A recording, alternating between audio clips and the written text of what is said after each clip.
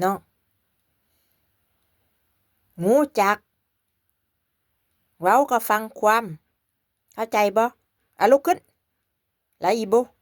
นี่เบิ่งหน้าให้แม่ถ่ายวิดีโอเด้อบักล่าเด้อพอได้ค่าข้าวต้มขนมว่าซั่นวะไอ้ก็ค่าปิ้งไก่เนื้อสเต็กเข้าใจบ่อยากกินเนื้อสเต็กต้องซอยกันเฮ็ดงานเด้บ่เฮ็ดงานบ่ได้กินเนื้อสเต็กเด้แม่ว่านี่แฮะ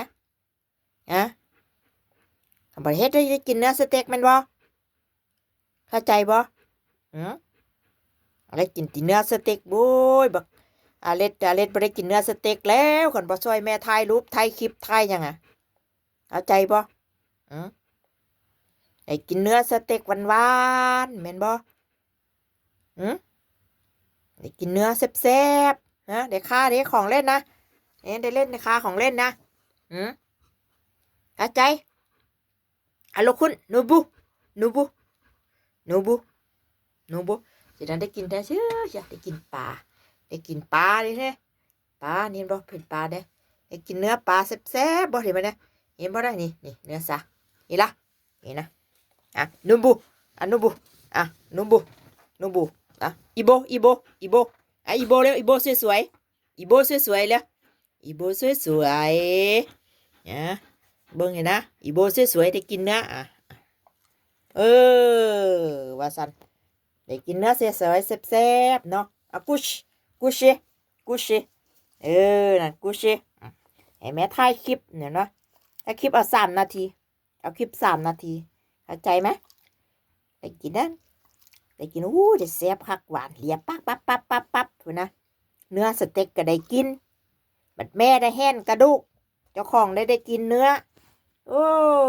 บ่ไหวเว้ยเห็นบ่เจ้าของได้กินเนื้อ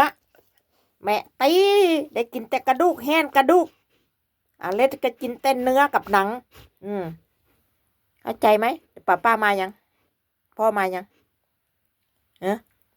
เดี๋ยวคุณมูมายังเข้าใจได้กินข้าวไหมกินข้าวกับเนื้อกินย่างดีพูดเด้ของเพิ่นนะเดี๋ยวเงยหน้าขึ้น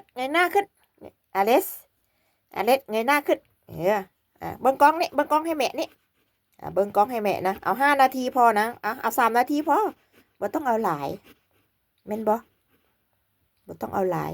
ละ3 นาทีลุงอเล็กนี่แหละบ่ไปยังเข้าใจ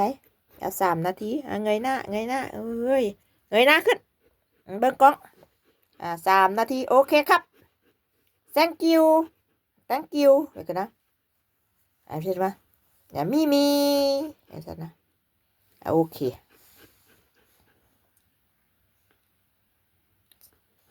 ซอยกันทำมาหากินเนาะเฮาเนาะซอยกันทำมาหากินจะได้ค่าขนม